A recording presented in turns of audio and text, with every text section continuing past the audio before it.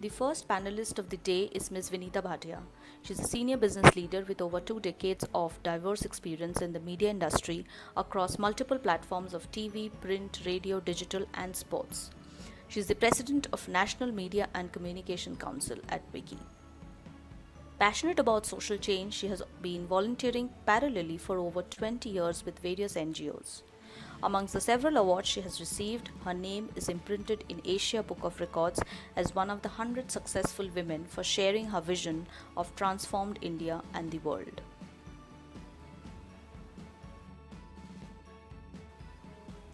The second panelist of the day is Ms. Vatsala Tyagi.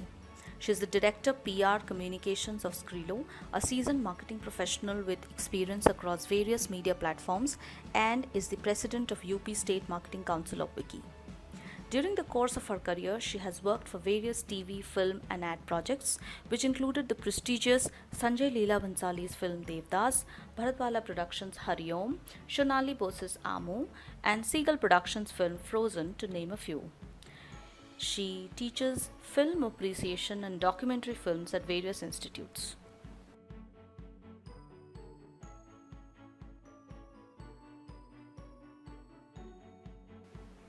The third panelist of the day is Ms. Ramanjit Kaur. Ramanjit is an international award-winning theatre and film actor-director, National Vice President of Arts Leadership Council of Wiki, and founder of the Creative Arts Academy. A gold medalist in Masters in Music, she had won many national and international awards like Sanskriti Award, Lardli National Award for Gender Sensitization, and Charles Wallace India Trust Award, UK, among others. Her directorial film won Berlin Flash Film Festival Award, and she is known internationally for her innovative workshops. The moderator of the day is Ms. Damayanti Barua. She is a marketing and communications professional with over 16 years of experience across multiple sectors like travel, media, travel retail, and education. She is the president of Delhi Marketing Council. She was recognized as a visionary marketing leader in 2020 by ASMA. She is also a short story writer and a storytelling enthusiast. A very warm welcome to everyone. Thank you, team. So, good morning, everyone.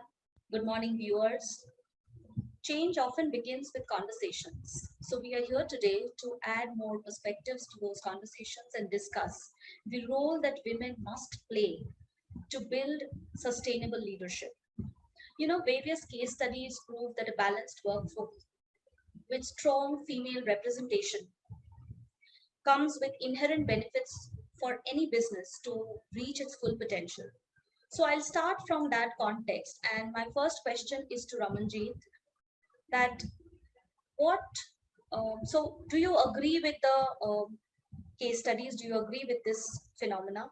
And also, how do you think that gender diversity at workplace contributes to sustainable leadership? I feel all genders are equally important in life. And to create a very conducive environment of growth, whether it's in industry or it's in education, crafts, arts, any kind of field that you take. If you involve all genders from whether they are binaries or women or you could be coming from any gender or sexuality, because sexuality is another issue that we need to address perhaps in this session or in another one, because a lot of times the people are face prejudice because of their sexual interests or what they like to follow in their life. But coming back to your question, I feel that women, just like at home, they contribute to a certain kind of environment, to a certain kind of progress of home, a certain kind of organizational, decorum that they bring to the home front, which has been there for centuries. In the same way, you put them in any field, you put them in any scenario, they are going to bring a win-win situation for the company. Having said that, I feel the world at large is very, very far away from any kind of equality when it comes to work scenario, whether it's India or it's even the most developed countries, US, UK. When we work with artists from those countries, we hear the same stories that they have to face a lot of biases. The salaries are not the same, the pay cuts are not the same, the kind of promotions that should come towards women are not the same. And I mean, look at, for example, coming close to my profession, for example, theater. The generation before us, whether it was my guru, Padma Shri Laman Singh Chaudhary, Anuradha Kapoor, Ramal Alana, Kirti Jain, they paved the way for women theatre directors. And here, Vatsala, who also comes from television and films, would say that, women have had a very tough ride when it comes to proving yourself. When it comes to a man, the man will say that, oh, hey, here I am, and this is what I can do. And this is what I demand. I demand 3 crores, or this is what I need for my work. Unfortunately, for a woman, you have to prove yourself. Are you sure? There are a lot of question marks. There are a lot of doubts.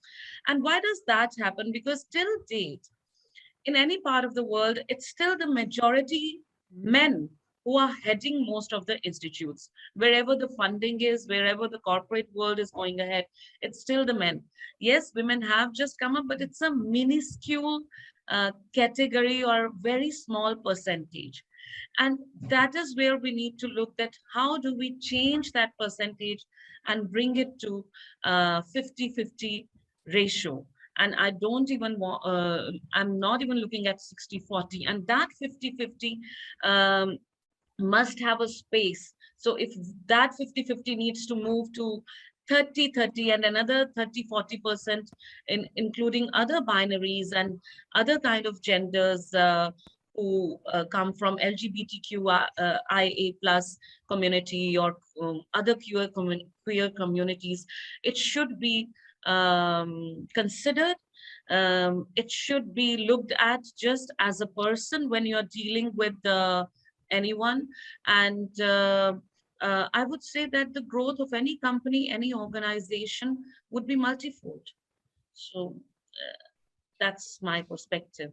At, Great. So Vinita, now over to you. So what is your perspective on the gender diversity at workplace, and how does it contribute to the overall sustainable leadership?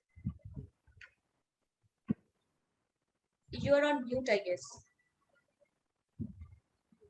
Thank you. So Ramanjit wrapped up a lot of points in her statements, but I will kind of first answer what you asked. I'll respond to that what role does gender diversity play at workplace? So needless to say that when we are talking gender diversity, I mean, first we are talking men, women, and we are definitely talking all sections of society, definitely all the ones that Ramanjit also addressed. But first coming to this, when we are talking of a 50% representation or a diversity and inclusion, I will like to divide this in 2 aspects, Damayanti. First is at workplace when we are saying, so what does it mean? Thank God you did not ask, women empowerment, which we already discussed backstage, that it sounds so cliched. So let me put it to rest first, that women are already empowered. We don't need an external power. If we can be respected and honored for who we are, that is good enough. We are not asking for support. I make myself clear. Okay, support is in a different way. So let's first set one premise that women are complete by themselves, and all they are asking for is respect and honor. And they are not saying that, hey, you come and pull me up. Hey, please come and support me. So let's park this issue. We are complete.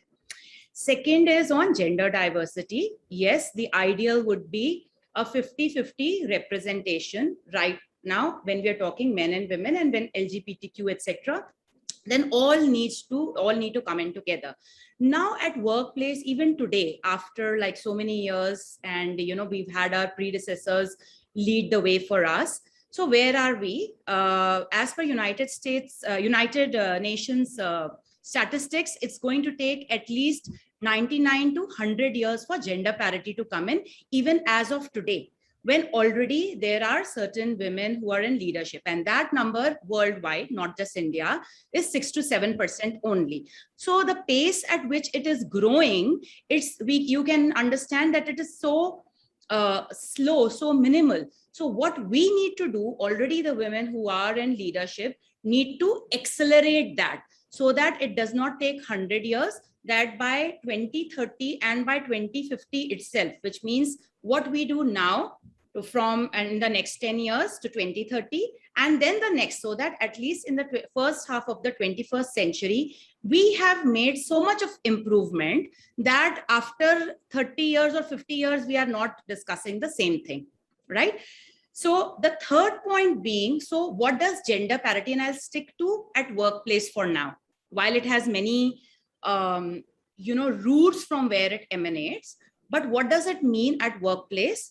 So there are two tiers to it. The first tier is, all that we talk of, that gender parity must bring in equal opportunity for work, equal pay, equal representation, visibility, equal advancement, the ecosystem is good.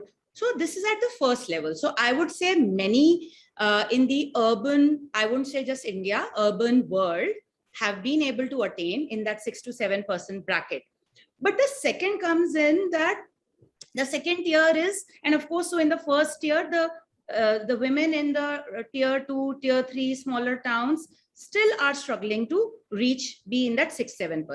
The second part, what the women in 6 to 7% are already facing is the next level of this tier, is that are we being heard while I'm in that 7%? And if I am making a statement as a director, woman director, am I being heard? Second, am I being understood? Third, if I am being understood, are those points being taken to take some action, right? So these three things, being heard, understood, and some action is being taken, so that a very equitable ecosystem is formed for a level playing field for both men and women and other genders, right? So the voices are not being dismissed. I won't use the word validated, why I need an external validation. There is a point, and that is why we are making that point. So that they are not dismissed and understood, and an actionable point can be formed, is what my point is. That is when true gender neutrality will come in, gender parity will come in, all the things that we spoke about. Yeah, absolutely. So my next question is going to be around that only. So before that, I'll take Vatsala's view on this. Yes, Vatsala. So I think Vinita and Ramanjit have covered everything that I would like to add, but there's just one thing which I personally feel, that the more gender diversity is there in any organization, the more creative that organization is. Because, different people get different sensibilities with them. Yes. And you just get far more creative solutions to your problems. So that's one point I would like to add. Rest, both of them have covered it. Yeah, I completely agree with you. And I think that is where, when the world is talking about collaboration, gender diversity or gender inclusion adds a lot of layer to that whole collaboration space. And that can be very amazing, actually. So I'll move on to my next question. So it is in context to, whatever we have spoken till now. So there is a research, apparently a big research, which says that women hold 17% of board positions in corporate India, but only 11% actually hold leadership roles in that space. So while we are talking about gender parity, and as Vinita was saying that, it will take 100 years, yes, but with the kind of percentages that that we see, it seems like the road is way ahead. The destination is way ahead. So if more women must get into leadership roles, I'm sure a lot of women are getting into workforce every day, but they drop out at a certain time during their career. And if those women have to get into the leadership roles to build equity, to build a diverse ecosystem in the workplaces, in the environment, then what roles she shared, and what roles must she play? So I'll start with Vinita this time. Thank you. So as I understand, Damayanti, what you're saying is that for the leadership to be sustainable, what role must women play? Is that what you're asking? Yeah. Okay. So the percentages that you shared and I shared, both being true, one being overall average senior leadership just being at 6 to 7% universally. And second, the leaders in board positions today being at 10-11%, and only 6-7% are the ones who are heard really or are being able to make a difference. Now, I have three, four points to from which I view it. The first being when we are talking of leadership, so and for it to be sustainable. So first, the women who are already there, women in leadership positions, in board positions, how they are behaving or responding currently is very important. So what it means is that are they being a role model while you have got that position and it has come through a lot of hard work? So are we making enough of those positions currently, which means are you being a role model?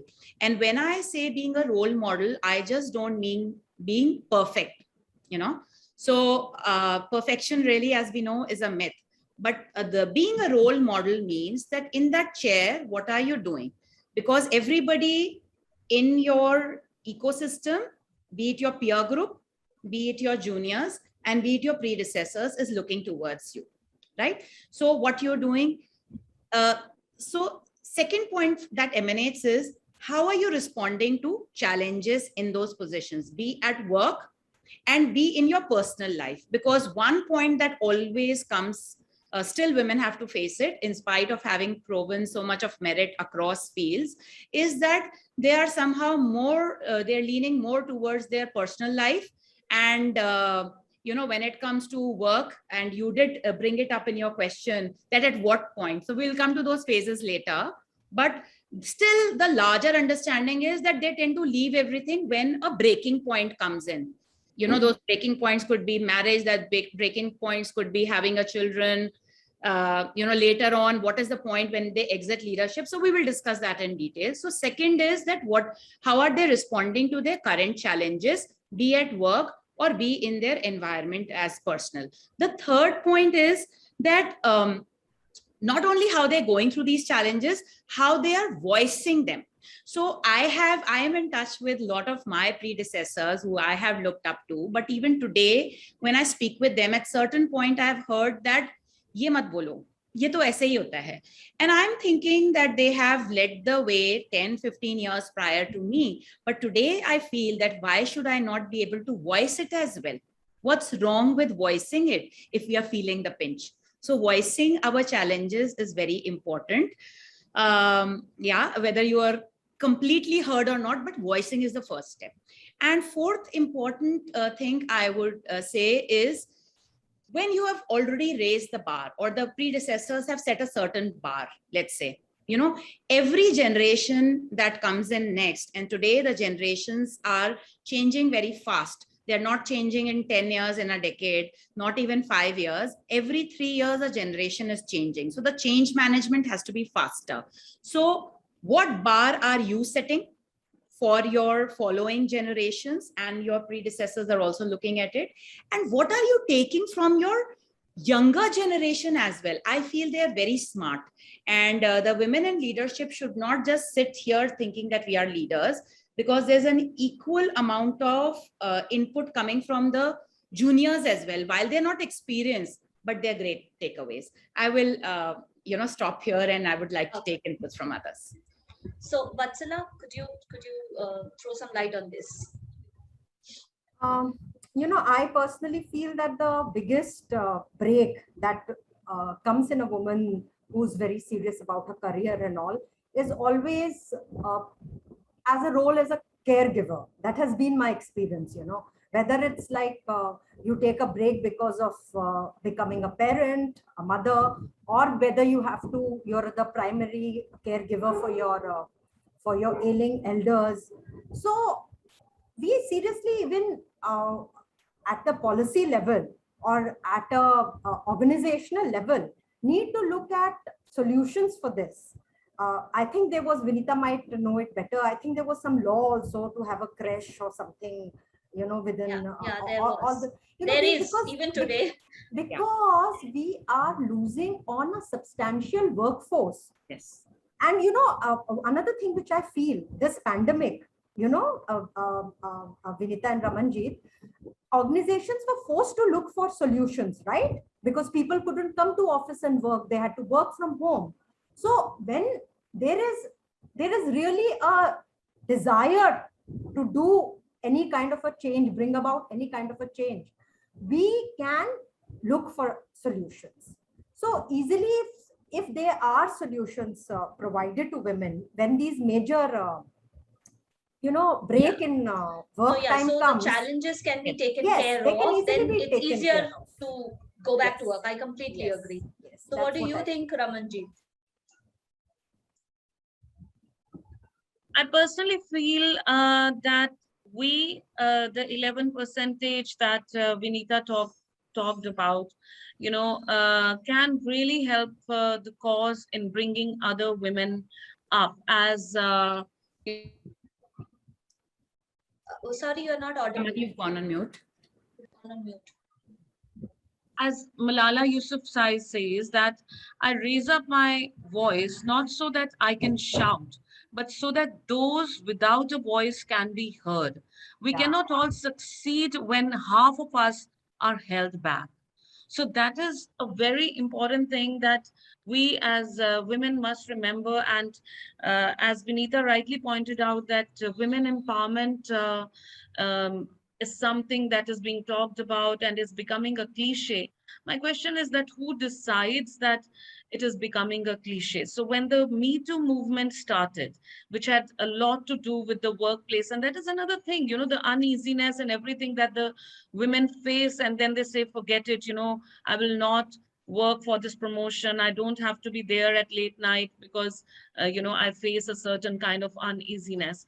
But a lot of my very senior writer friends or friends from the industry, they said, you're talking so much about Me Too, you won't get work, especially when it comes to the film industry. Or do you really think it's that bad?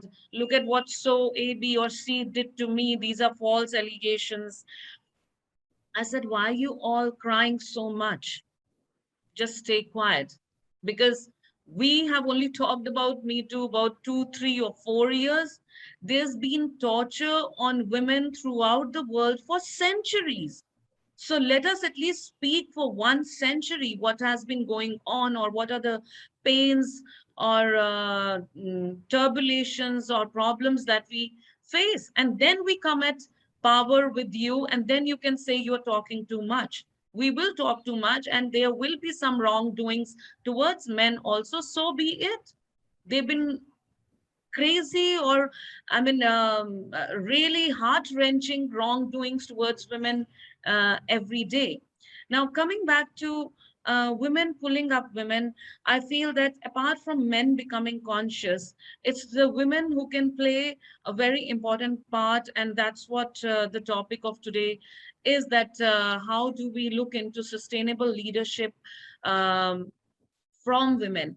I think let's talk about 21st century. I'll again give you a case study where I created an all-women theater group in 2011. And when Damayanti in her beautiful voice mentioned that it received the Ladli National Award for Gender Sensitization, the reason is that these are actors from the community. They are not from the theater profession. They are homemakers, interior designers, teachers, doctors, but largely homemakers. They had nothing to do with theater, but they decided that they want to do it. And we are talking about 21st century Kolkata.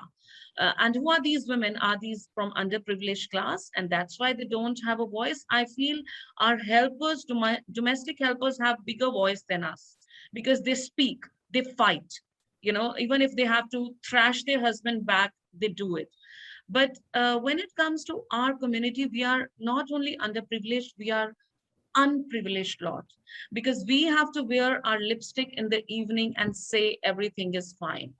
So when I met this women community, there's a small percentage, maybe all of us, who have decided to raise our voices, but there's this 98%, I would say, who is living in silence. They will not even share with their friend that there is a dowry problem, there is a prostitution problem, there's domestic violence, there's emotional violence, because all of us have to come out and say, I'm fine.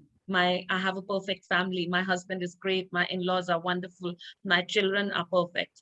Uh, but the moment we start first addressing it to ourselves, that there is a problem, whenever I'm working harder, there are these snide remarks, there are these nasty, comments that come my way from various corners, and I'm not going to accept So, them. Yeah. so sorry to cut you in. So yes, I think, yes, you're rightly mentioning that, there is a lot in terms of women empowerment, or there is a lot to do for women. We are just talking about, so I think Vatsala, Vinita, we are all in agreement that there is only a simple percentage, also a single digit possibly, is actually in the space where we are speaking out, where we have the option to speak, talk, and share ourselves. But there is a lot who's not there.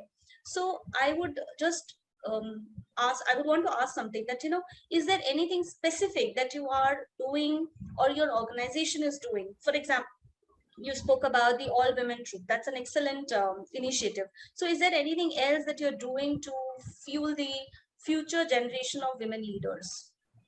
Let me just finish, because I was giving this case study, Okay, because okay. it's easier to talk in big terms and use some jargon words, but the grassroots level work on a day to day, there's a reason why I mentioned all these problems that go on at home, because the moment the woman stepped out, she was asked, "Tumhe theater kyun karna hai? Why do you want to do theater? You have everything. You sit at home." I mean, she's a human being. When you go to play golf or squash or anything, you're not being asked. You club and you drink every day, you meet your friends. You're not being asked, "Kyun club jana hai?"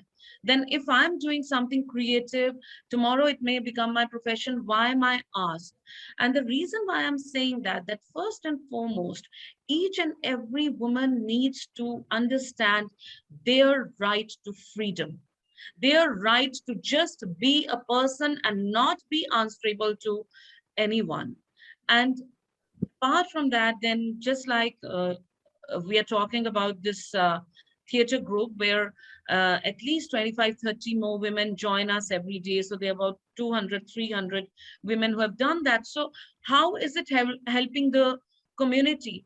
Even if, let's say, 5 of us are doing theater, but there are other women who are watching us. Watching There are us, other yeah. women who are saying, "Oh, I've had cases like where this woman from 21st century used to have pallu on her head, and she used to take off her sari in the landing, come in a kurta, enter the theater, and then once she's out of the theater, she used to tie her sari, wear the pallu." So we are not talking about Nati Vinodini times.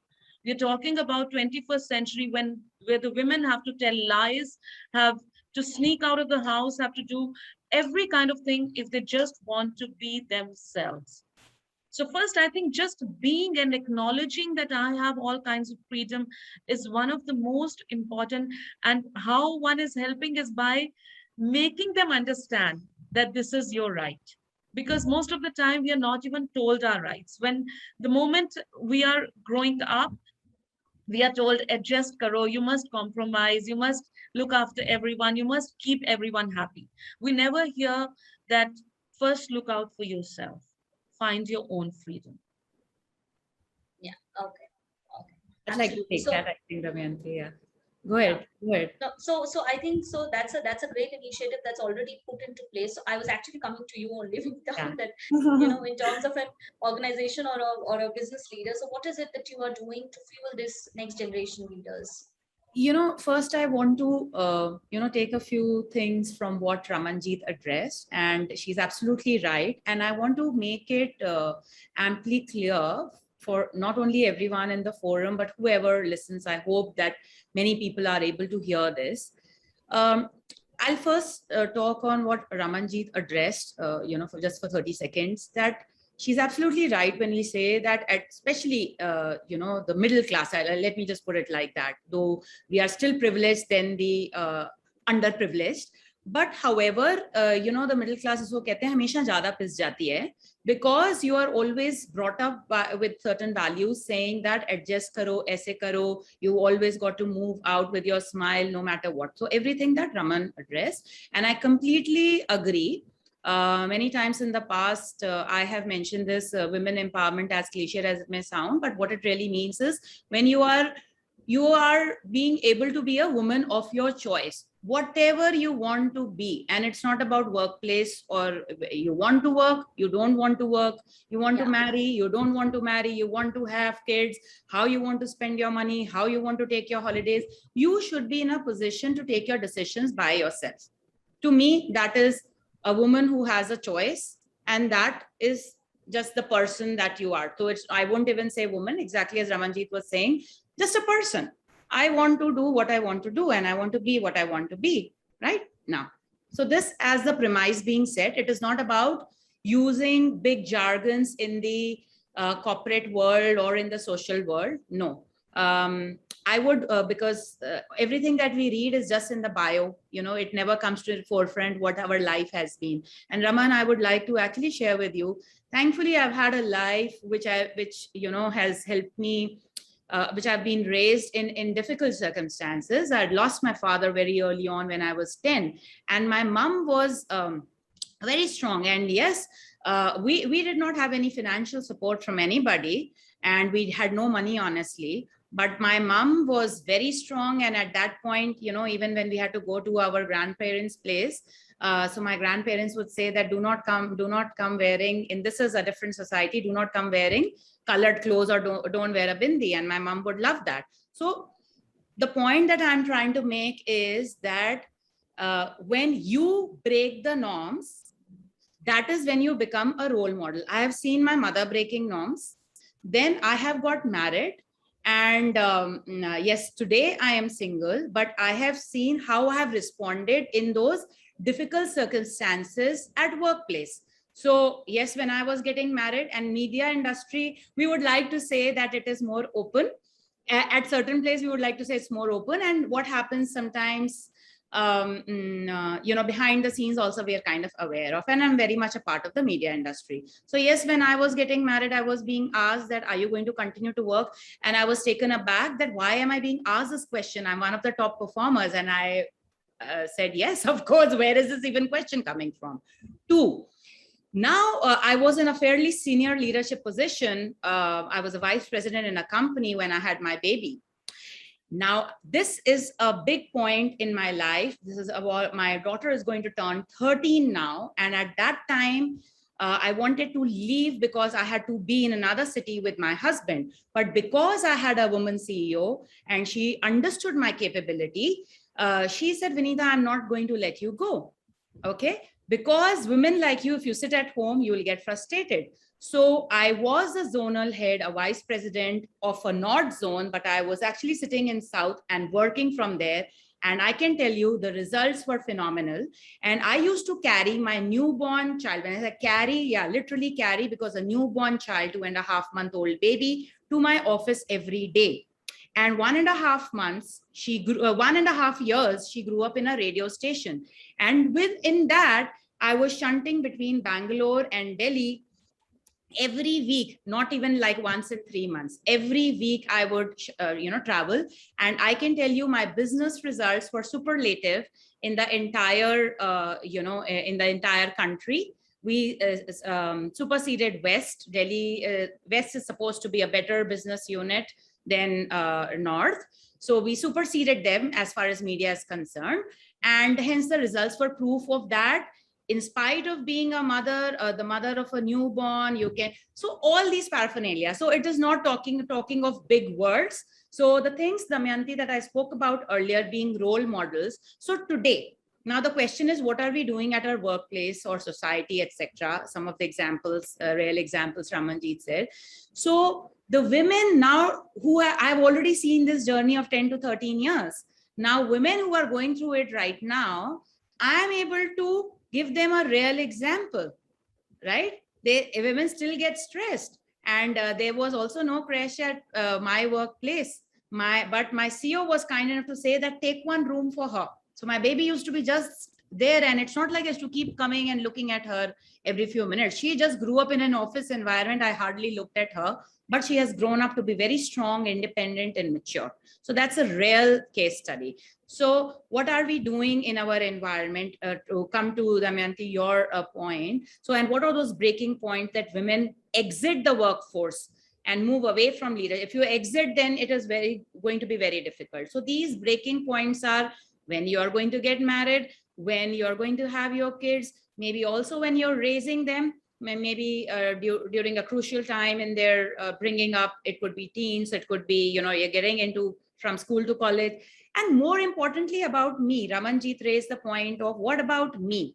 And I have personally witnessed this. We have spoken about the single digit being in women leadership or in being board.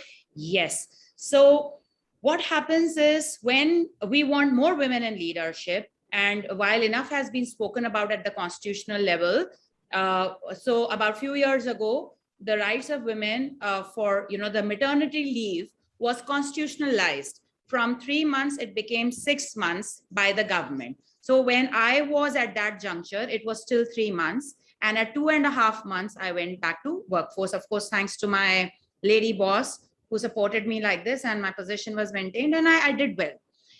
A second point, the phase that young women go through is when they're going through menstruation, and hygiene is being spoken about. Again, it has been taken at the ministerial level. But the third point is women in leadership, they hit menopause or perimenopause phase, which is very difficult in their 40s. And that's a time that they're very mature to be leaders. So about 2 years ago, I think it was Jan of... sorry, we'll have to just quickly, because I have... So to come to the point on this one is that when women reach the stage of leadership, okay, they are hit by menopause, which nobody is talking about. It's harder to deal with than, these two things that we spoke. I have raised this at the industry forum where Prime Minister was present. His entourage of ministers were present. Smriti Irani ji she was present. I've raised it to her. And she said, Vinita, it's important to have these conversations in our households and in the workforce. Thanks that you bring it up at the industry forum. So that is using your voice at the right place at the right time. And we don't have to be somebody special to do it. All this has been done in a normal, common person mode, if I may say that. Yeah. Yes. So the takeaway is that one is that what we are doing at our individual levels in terms of spreading the word and in terms of voicing the right things at the right time, timing being very important. And of course, wherever possible, because we have gone through a set of things, so we are extending that kind of support to the next generation leaders. Now, I'll quickly, to sum up the session, I'll just ask one question, that if you have to give one suggestion to the next generation leaders who are listening to us at this point of time, what would that be? So one single tip from each one of you. Quickly. I think let's start with Vatsala this time. Yes. Yeah, Vatsala, please. I think I would say be the change that you wish to see, like Vinita just said that, be the role model yourself and it will percolate. Yeah. Be that inspiration. That's absolutely fantastic. Honestly, I would just say the same, be the role model, because then you're not striving to be someone else, you're just being yourself and the rest will follow. Yes, Raman. Yeah, I would say that believe in yourself and acknowledge your rights, right to freedom of speech, right to just being who you are, and world will be your oyster. Yeah. So yes, of course, any specific challenge that you think women, you want to address that, to the next generation leaders, you want to give a suggestion to address the specific challenge, anything, any particular challenge that you have in mind? Yes, Vinita. So I would like to say, I think somewhere, I think Raman only touched upon it, that women are already changing. Let me tell you, even though, so we've seen in the sports world also today, they've come from very small towns. Women are already changing. What the change required today is from the lens with which the men and boys are viewing, responding, and behaving. The change is required today. And by change, that does not mean now it's going to be completely opposite. So after 50 years or 100 years, I think there won't be a women live, there'll be a men live. That's not what we want. We want it to be an all-inclusive world. We don't want an imbalance to be there. Everybody is important. I think we all in this forum agree. So it is important that not only in our current form, we address this with older generations, current generations, future, the youth also. And the second point being how we are raising, men also in our environment.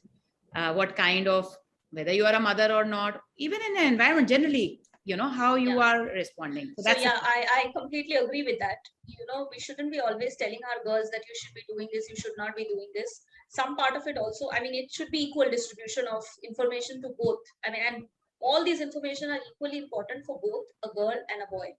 Yes. So yes. But I would just like to quickly add one thing here. Yes. When we have gender stereotypes, there's a lot of this gender stereotype that men also have to face. Yes. So if we really want women and men to be equal, the balance has to be both. We should not expect our men to be macho and be the earning member and all. Yes, absolutely. Yes. Absolutely. Anyway, I just want to thank Ramanjit and Vinita for really a very stimulating exchange of experiences. What you said is so true, that the stereotypes are not just only for women, but it's also for men. For example, even in the pandemic, when we were looking at men doing household chores, yes, there were many raised eyebrows. Kyun karna hai? Why is it required? The women are any which ways doing. So yes, there are stereotypes that men shouldn't be doing it, and if they are doing it, so they also have to face their own spaces and own challenges, of course. And we are talking about breaking any stereotype in that sense. Yes, Raman. Damayanti, was your question about the challenge that you face while? So I said that, any challenge that you have in mind that which women face, and a suggestion towards that. Yes, I will tell you a very strange challenge, and a challenge that we do not recognize. The moment we recognize, you are hitting it on the nail. It's a love trap. The love trap, whether it starts from parents, where you are my Biba Bacha, you are such a good girl, we adore you, you should do this way or that way, that Vinita has talked about. And then the spouses, boyfriend, husband, partner, who says, oh, I love you so much, can't you leave this? We are having such a good life, it's such a small thing. What's the big deal if you leave theater? What's the big deal if you don't do this job? What's the big deal if you stay here and work? Children need you, I need you, and I just can't live without you. And I have seen the women who were fighting their battles and were having a very rocking relationship or life have tried to create a balance through better and better communication or working their way out. But the women who kind of felt, oh, I'm in this such a beautiful world, although there's something missing, I haven't found myself yet, they are still in that situation because they would normally come back and say, I really don't want to create tension in my life. It's better that I give up. What's the big deal? So I would say stay away from the so-called love trap. If anyone is asking you to leave anything, it's not love. Please recognize. That's an awesome suggestion. Actually, that's supposed to be very off when you actually can't figure it out. So this is like a hidden trap somewhere. So I think we are done with the session. And it was amazingly stimulating for all of us, and I'm sure for the viewers. So thank you, Vatsala, thank you, Ramanjit, thank you, Vinita, for being on the show. Thank you, Delhi Book Fair team, for having us here. Thank you so much. Thank you so much. Thank you, everyone. It was Take care. a good session. Take Take care. care. Bye.